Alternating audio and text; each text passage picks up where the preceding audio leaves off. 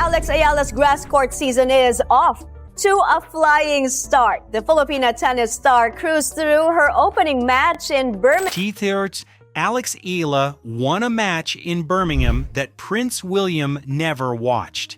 And the story claiming he was there, sitting courtside, secretly watching her play, has now been traced frame by frame to a deliberate digital fabrication. That single fact changes everything. Because if the people behind that viral video needed a prince to make Alex Eala's story feel important, they clearly hadn't read the actual facts.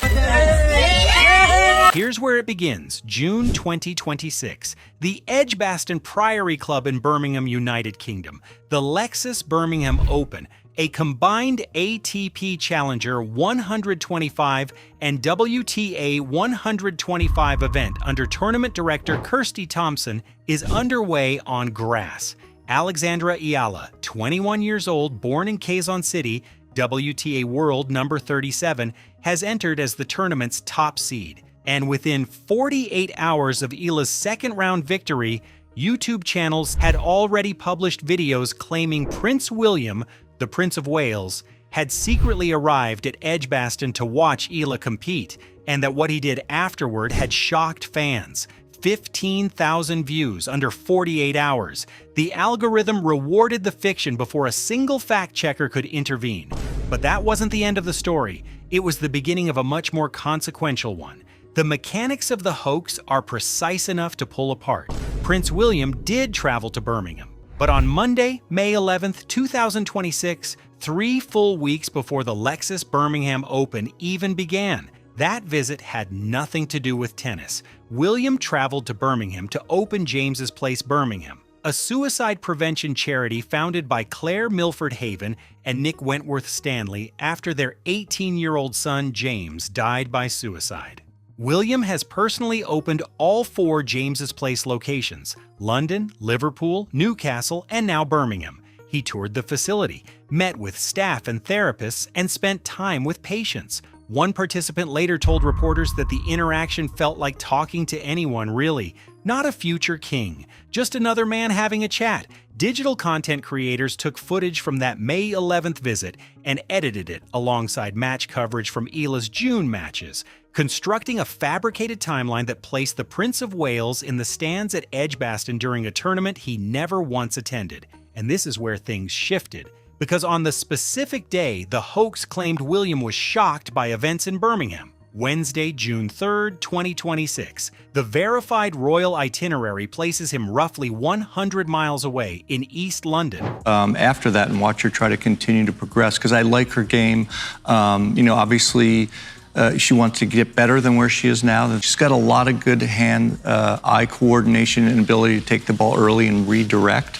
But the fan stuff is always fun for me, because whenever you see players from smaller countries, the fans are so passionate when they get up to the top. On June 3rd, while Eala's scheduled round of 16 match was being postponed due to local scheduling and weather, Prince William was in Peckham, South London, at a community charity called Pecan. Pecan runs a local food bank that had never fully recovered from a 2024 burglary. Thieves took £3,000 worth of food and hygiene products. Despite that, in 2025, the food bank still served approximately 7,000 adults and 2,500 children.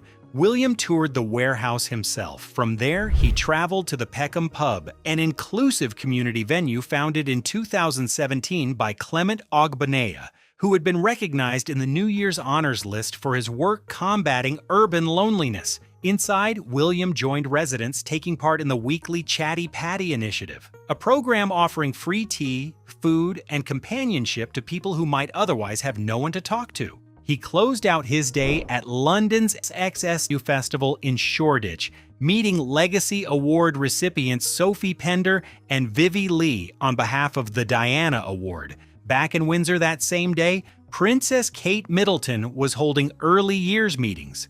By June 4th, she was attending a Cancer Research UK reception at St. James's Palace, hosted by King Charles. Not one senior member of the British royal family was registered at the Edgbaston Priory Club at any point during the tournament. The disinformation had no foundation, but Eala's actual performance in Birmingham very much did. On Tuesday, June 2nd, Alexandra Eala walked out onto center court at the Edgbaston Priory Club to face Australia's Priscilla.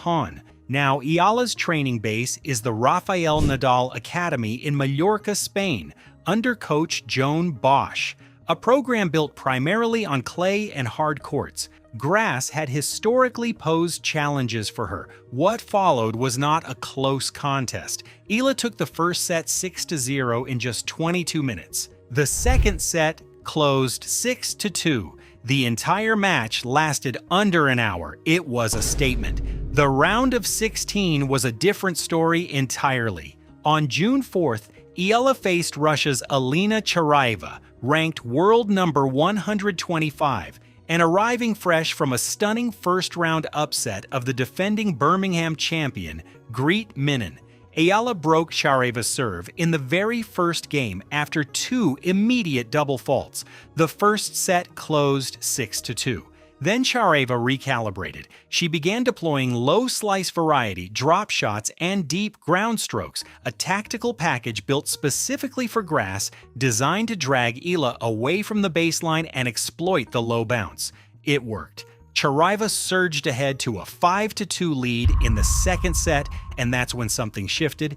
Eala adjusted. She stayed low, stayed light, countered the slice, and won 5 consecutive games.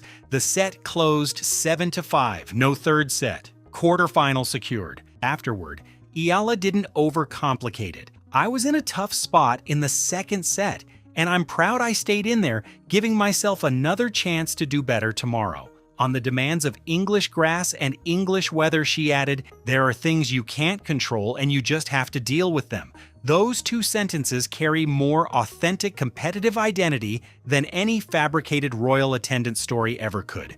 But here's what makes the Prince William's secret visit more significant than just a single lie. It doesn't stand alone. It belongs to a documented recurring pattern. In February 2026, fabricated posts spread across Facebook pages, including Tennis Dispatch, Tennis Network, and TPG, claiming that Abu Dhabi billionaire Sheikh Mansour had offered Eala a 10-year, $1.6 billion contract, complete with a $1 billion down payment, to be queen of a manufactured tournament. At that time, Eala's verified WTA career prize money stood at $633,889, with broader earnings, estimates reaching approximately $1.49 million. The post still generated 11,367 reactions, 1,464 comments, and 449 shares. In September 2025, a fabricated story claimed Eala had made a tearful post-match tribute to her godfather Charlie Kirk after his death, calling him her spiritual support. Eala has no documented personal, familial, or spiritual connection to Kirk. That post generated over 115,000 reactions and 5,700 shares. That same month, another fabrication claimed Eala had donated her entire career earnings, listed falsely as $15.9 million, to a typhoon-displaced homeless shelter called Onward Home. The donation never happened. The earnings figure was wildly inflated. And Onward Home is a Catholic housing program, not a physical shelter. That story pulled in 202,000 reactions, 16,700 comments, and 10,000 shares. And then there are the sponsorship fabrications, a supposed $45 million Wilson racket deal, a custom Philippine icon Yonex racket circulating across Facebook threads and Reddit. In reality, Eala is contracted to Babolat using the Babolat Pure Aero 2023 racket model and wears Nike apparel. Her verified sponsors are Globe Telecom, which signed Eala as a brand ambassador when she was just 8 years old, Bank of the Philippine Islands, and locally Juice. Here's the critical inversion the disinformation industry hasn't accounted for. The fabricators needed princes and billionaires because Eala's real story already operates at that level of scale. They sensed the magnitude and then manufactured stand-ins for it. The authentic magnitude looks like this. At the 2024 Takasaki Open, Mananchaya Sawangkaew of Thailand defeated Eala 4-6, 6-1, 6-2. Then, 1 year later, Eala defeated Sawangkaew 6-1, 6-2 in the singles final of the 33rd Southeast Asian Games, ending a 26-year women's singles gold medal drought for the Philippines. 26 years. That's not a statistic, that's a generation. And now at the Lexus Birmingham Open quarterfinal on June 5th, the two face each other again. Sawangkaew enters as a qualifier ranked world number 173, having won 4 consecutive matches without dropping a single set. The head-to-head sits at 1 match apiece. One win sends a message about exactly who Eala is becoming. The other reopens a question about whether Birmingham's grass courts are revealing her ceiling, or just her floor. What comes next is already more compelling than anything a manufactured royal encounter could offer.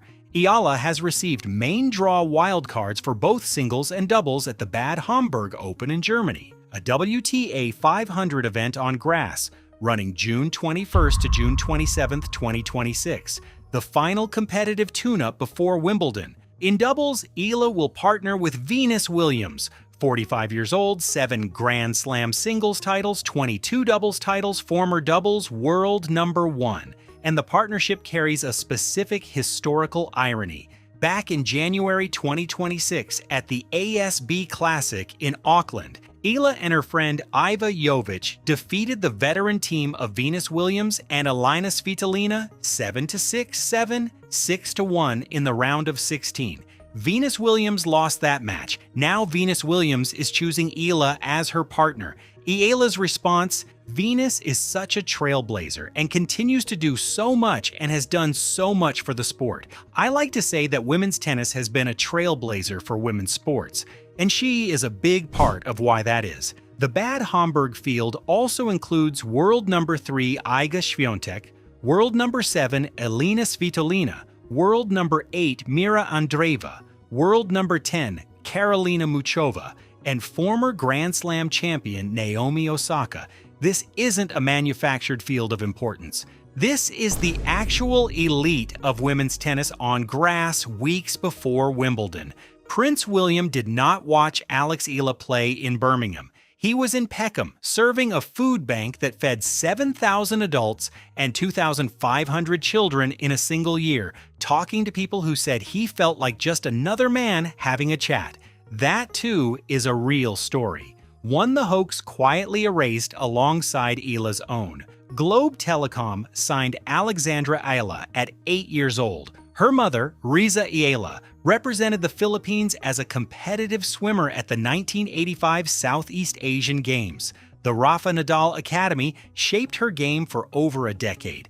Joan Bosch coaches her on grass courts she has spent her career learning to master. And somewhere between a 6-0 first set on center court and 5 consecutive games clawed back from 2-5 down in the second, Eala is building something that needs no royal attendance to validate. The question no fabricated video has yet answered is the one that actually matters. If Eala reaches Bad Homburg's final weeks after this Birmingham run, with Venus Williams beside her in doubles and Iga Świątek potentially across the net in singles, will the disinformation industry finally run out of fiction large enough to compete with what is actually happening?